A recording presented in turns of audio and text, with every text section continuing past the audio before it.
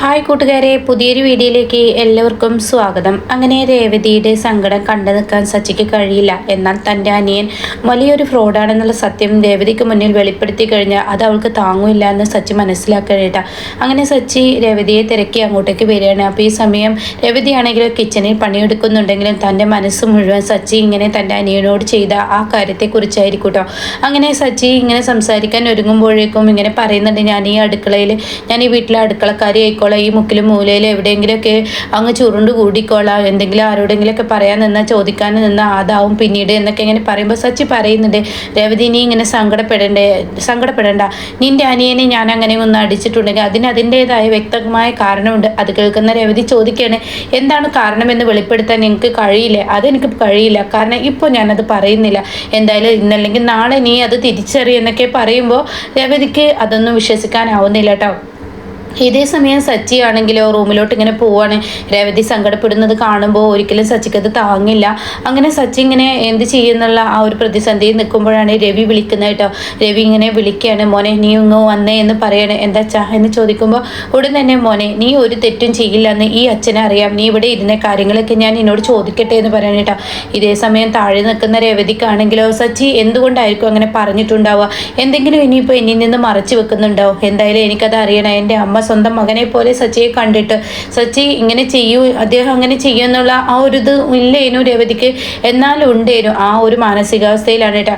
അങ്ങനെ സച്ചിയെ തിരക്കി രേവതി ഇങ്ങനെ വരുന്ന സമയത്താണ് രവിയുടെ റൂമിൽ സച്ചി ഇരിക്കുന്നത് കാണുക കേട്ടോ. പിന്നീട് രവിയുടെ റൂമിൽ ഇരിക്കുന്നത് കാണുമ്പോൾ രവിയുടെ അടുത്തോട്ട് സച്ചിയുടെ അടുത്തോട്ടും രേവതി ഇങ്ങനെ പോവാൻ നിൽക്കുന്ന സമയത്താണ് സച്ചിയോട് രവി ചോദിക്കുന്നത്, എന്തിനാ മോനെ നീ ആ പാവം പയ്യനെ അടിച്ചത്? അവനൊരു പഠിക്കുന്ന പയ്യനല്ലേ, അതിൻ്റെയൊക്കെ കൈയൊടിക്കുക എന്ന് പറഞ്ഞാൽ അതൊക്കെ വളരെ മോശമായ പ്രവൃത്തിയല്ലേ?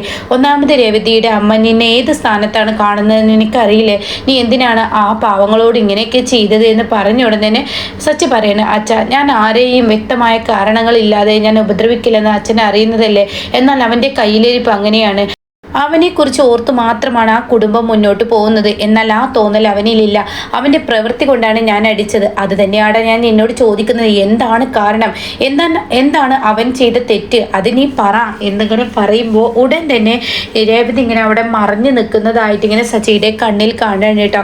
അപ്പോൾ സച്ചി പറയാണ്, ഞാൻ അവനെ അടിക്കാൻ എനിക്ക് അധികാരവും അവകാശവും ഒക്കെ ഉള്ളതുകൊണ്ടാണ് ഞാൻ അടിച്ചത് എന്നും പറഞ്ഞ് അവിടെ നിന്നങ്ങ് പോവാൻ കേട്ടോ.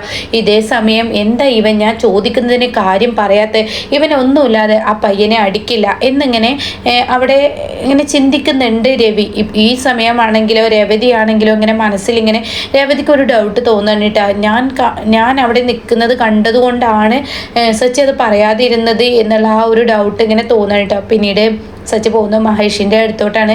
അങ്ങനെ സച്ചി ഇങ്ങനെ പറയുകയാണ്, എനിക്ക് രേവതിയുടെ കണ്ണുനീരും അമ്മയുടെ കുറ്റപ്പെടുത്തലും ശ്രുതിയുടെയും വാക്കുകളും വർഷയും അതുപോലെ തന്നെ ശ്രീകാന്തും ഒക്കെ എന്നെ കുറ്റപ്പെടുത്തി സംസാരിക്കുന്നത് കേട്ടപ്പോൾ നീ ഒന്നും പറഞ്ഞിട്ടുണ്ടാവില്ലല്ലേ രേവതിയോട്, നിനക്കെല്ലാം പറയായിരുന്നില്ലേ എന്ന് പറയുമ്പോൾ അവളെ കരയിപ്പിക്കാൻ എനിക്ക് കഴിയില്ല.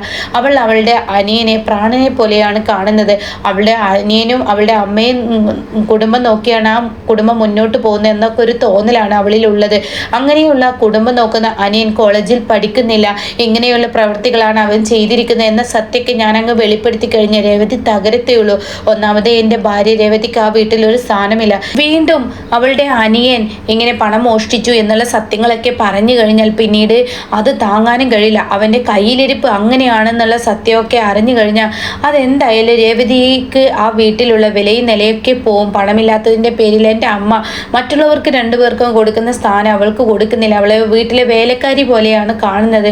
എന്നാലും നിന്നെ അല്ലടാ അവൾ തെറ്റിദ്ധരിക്കുന്നത്, നീ മനഃപൂർവ്വം ആ ചെറുക്കൻ്റെ കൈയൊടിച്ചതാണെന്നുള്ളത് രേവതിയും അതുപോലെ തന്നെ ബാക്കിയുള്ളവരൊക്കെ മനസ്സിൽ കരുത. രേവതിയുടെ അമ്മയൊക്കെ നിന്നെ സ്വന്തം മകനായി കണ്ട അവരുടെ ഇടയിലൊക്കെ ഒരു തെറ്റിദ്ധാരണ ആയില്ലേ എന്ന് പറയുമ്പോൾ സച്ചി പറയണെങ്കിൽ എന്നും എനിക്ക് അങ്ങനെയാണ്, മറ്റുള്ളവർ ചെയ്യുന്ന തെറ്റുകളെല്ലാം എൻ്റെ തലയിൽ വീഴാനാണല്ലോ യോഗം, ആ യോഗത്തിലൂടെ ഇനിയും കടന്നു പോകുക അല്ലാതെ എന്തേ എന്ന് പറഞ്ഞിട്ട് സച്ചി വളരെ വിഷമത്തോടു കൂടി ഇങ്ങനെ പോവാണ് കേട്ടോ. എന്തോ അവളുടെ കണ്ണ് നിറയുമ്പോൾ എൻ്റെ മനസ്സ് വല്ലാതെ ഇടയുകയാണ്, അതാണ് എന്നെ വല്ലാതെ സങ്കടപ്പെടുത്തുന്നത് എന്നിങ്ങനെ പറയുന്നുണ്ട് കേട്ടോ. അങ്ങനെ ഈ സമയം സച്ചി റൂമിലോട്ട് ചെല്ലാണ്. അപ്പോൾ രേവതി അവിടെ ഉണ്ടാവില്ല. രേവതി ആണെങ്കിൽ സച്ചിയോട് മിണ്ടാനോ തൊടാനോ പിടിക്കാനോ എന്നെ വരരുതെന്ന് പറഞ്ഞിട്ടുണ്ടാവും. സച്ചി രേവതിയും തമ്മിൽ പിണങ്ങിയിരിക്കുകയാണ്. എന്നാൽ രേവതി ഇല്ലാത്ത ആ റൂമിൽ സച്ചിക്ക് ഇരിക്കാനും കഴിയില്ല. അങ്ങനെ സച്ചിക്ക് ആകെ അസ്വസ്ഥമാവുകയാണ് കേട്ടോ. പിന്നീട് രേവതിയെ തിരക്കി വീണ്ടും കിച്ചണിലോട്ട് ചെല്ലുമ്പോൾ രേവതി മുഖം കയറ്റിപ്പിടിച്ച് രേവതി ദേഷ്യത്തോടു കൂടി എന്നോട് മിണ്ടാൻ വരണ്ട, എന്നോട് വഴക്കിടണ്ട, ഞങ്ങളുടെ കുടുംബം പാവങ്ങളാണ്, പാവങ്ങളെ എല്ലാവർക്കും ഇട്ട് ദ്രോഹിക്കാനോ ചോദിക്കാനും പറയാനോ ആരും ഇല്ലല്ലോ എന്നൊക്കെ ഇങ്ങനെ രേവതി പറയുന്നുണ്ട് കേട്ടോ. അപ്പോൾ ഈ വാക്കുകളൊക്കെ ശരിക്കും തൻ്റെ നെഞ്ചി തറക്കുന്നത് പോലെയാണ് സച്ചിക്ക് ഉണ്ടാകുന്നത് കേട്ടോ. അങ്ങനെ സച്ചി റൂമിൽ ചെല്ലാണ്. പിന്നീട് റൂമിൽ ചെന്നതിന് ശേഷം തൻ്റെ ഫോൺ എടുക്കുകയാണ്. ആ സമയം രേവതി പറയാനുള്ളതൊക്കെ പറഞ്ഞ് ഇങ്ങനെ സച്ചി വേർപിരിയാൻ രേവതിക്കും കഴിയില്ല കേട്ടോ. അങ്ങനെ രേവതി സച്ചിക്ക് പിറകെ വന്നിട്ടുണ്ടാവും കേട്ടോ. അപ്പോൾ ഈ റൂം ചെറുതായി ഇങ്ങനെ ചാരി വെച്ചിട്ടേ ഉണ്ടാവുള്ളൂ.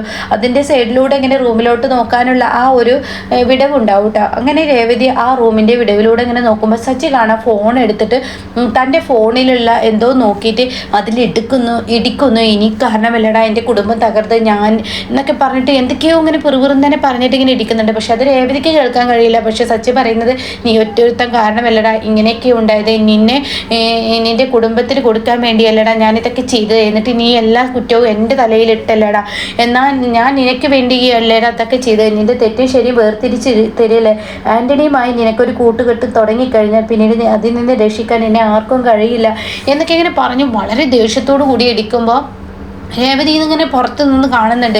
എന്താണ് ഇപ്പോൾ ആ ഫോണിൽ ആരോട് വലിയ വെറുപ്പ് കാണിക്കുന്നുണ്ടല്ലോ, എന്തായിരിക്കും എന്നുള്ള ആ തോന്നൽ രേവതിക്കുള്ളിൽ തോന്നണിട്ടോ. പിന്നീട് രേവതി സച്ചിയുടെ റൂമിലോട്ട് കഥക് തുറന്ന് വരികയാണ്. ഇതേസമയം സച്ചി ആണെങ്കിൽ ഫോൺ പെട്ടെന്ന് അങ്ങ് ഓഫ് ചെയ്യാണ് കേട്ടോ. അതോടുകൂടി രേവതിക്ക് മനസ്സിലായി ആ ഫോണിൽ എന്തോ ഒന്ന് സൂക്ഷിച്ചിട്ടുണ്ട്, അത് ഉറപ്പുള്ള കാര്യമാണ്, എന്തായാലും അത് കണ്ടെത്തണം, ഇനിയിപ്പോൾ എൻ്റെ അനിയനുമായിട്ടുള്ള എന്തെങ്കിലും പ്രശ്നങ്ങളായിരിക്കും എന്ന് തൻ്റെ മനസ്സിനോട് തന്നെ 10 പ്രാവശ്യം ചോദിച്ചും കൊണ്ടിരിക്കുകയാണ് കേട്ടോ. അങ്ങനെ സച്ചി ആണെങ്കിൽ ഫോൺ ഓഫ് ചെയ്തിട്ട് ഞാൻ കുളിക്കട്ടെ എന്നും പറഞ്ഞ് അകത്തോട്ട് അങ്ങ് കയറി പോവാണ്, ബാത്റൂമിലോട്ട് അങ്ങ് കയറി പോവാണ്. ഇതേ സമയം രേവതിയാണെങ്കിൽ മനസ്സിൽ ഉറപ്പിക്കുകയാണ് സച്ചിയുടെ ഫോൺ പരിശോധിക്കണം, തീർച്ചയായും അദ്ദേഹത്തിൻ്റെ ഫോണിൽ എന്തോ ഉണ്ട്, അത് ഇനിയിപ്പോൾ ശരത്തിനെ അടിച്ചാൽ വല്ലതും ആയിരിക്കുമോ, ഇനിയിപ്പോൾ ശരത്തിനെ അടിക്കാനുള്ള കാരണങ്ങൾ അങ്ങനെ എന്തെങ്കിലും ആയിരിക്കുമോ, എന്തായാലും അദ്ദേഹം അങ്ങനെ ചെയ്തിട്ടുണ്ടെങ്കിൽ ഇവിടുത്തെ അച്ഛൻ പറഞ്ഞതുപോലെ വ്യക്തമായ കാരണമില്ലാതെ അടിക്കില്ല. എന്നാൽ അച്ഛനോട് സത്യങ്ങളെല്ലാം തുറന്ന് പറയാൻ ഒരുങ്ങിയപ്പോൾ ഞാൻ അവിടെ മറിഞ്ഞു നിൽക്കുന്നത് കണ്ടപ്പോൾ സച്ചേട്ടൻ ഞാൻ അറിയരുതെന്ന് കരുതി മനഃപൂർവ്വം ആ വാക്കുകൾ അവിടെ നിർത്തിവെച്ചതാണ്. അപ്പോൾ അതിൻ്റെ അർത്ഥം എന്തോ ഉണ്ട്, എൻ്റെ അനിയനെ കുറിച്ച് എന്തോ രഹസ്യം സച്ചേട്ടൻ എന്നിൽ നിന്ന് മറച്ചു വെക്കുന്നുണ്ട്, അത് ഈ ഫോണിൽ ഉണ്ടാവുമോ എന്ന് കരുതിയിട്ട് സച്ചിയുടെ ഫോൺ എടുക്കാൻ കേട്ടോ. അങ്ങനെ പതുക്കെ ലോക്കൊക്കെ തുറന്ന് സച്ചിയുടെ ഫോൺ പരിശോധിക്കുന്ന സമയത്ത് സച്ചി ഇങ്ങനെ കുളി തുടങ്ങാൻ ഒരുങ്ങുന്നേ ഉള്ളൂ. അപ്പോൾ സച്ചിക്ക് തോന്നണം ഈശ്വര ആ ഫോൺ ഞാൻ അവിടെ വെച്ചല്ലോ, അത് രേവതി എടുത്ത് നോക്കുകയോ രേവതി ആ വീഡിയോ കാണുകയോ ചെയ്തു കഴിഞ്ഞാൽ തീർച്ചയായും അവൾ തകരും. അവളുടെ കുഞ്ഞനിയൻ്റെ യഥാർത്ഥ മുഖം അതിൽ കണ്ടു കഴിഞ്ഞാൽ തീർച്ചയായും അവൾക്കത് താങ്ങാൻ കഴിയില്ല. അതുകൊണ്ട് തന്നെ പാടില്ല, അവൾ ആ ഫോൺ എടുക്കാൻ പാടില്ല, എൻ്റെ സംശയം ശരിയാവുമോ എന്ന് പേടിച്ച് സച്ചി ബാത്റൂമിൽ നിന്നും ഡോർ തുറക്കുമ്പോൾ കാണുന്ന കാഴ്ച താൻ സംശയിച്ചതുപോലെ തന്നെ രേവതി ആ ഫോൺ പരിശോധിക്കുന്നതായിരിക്കും കേട്ടോ.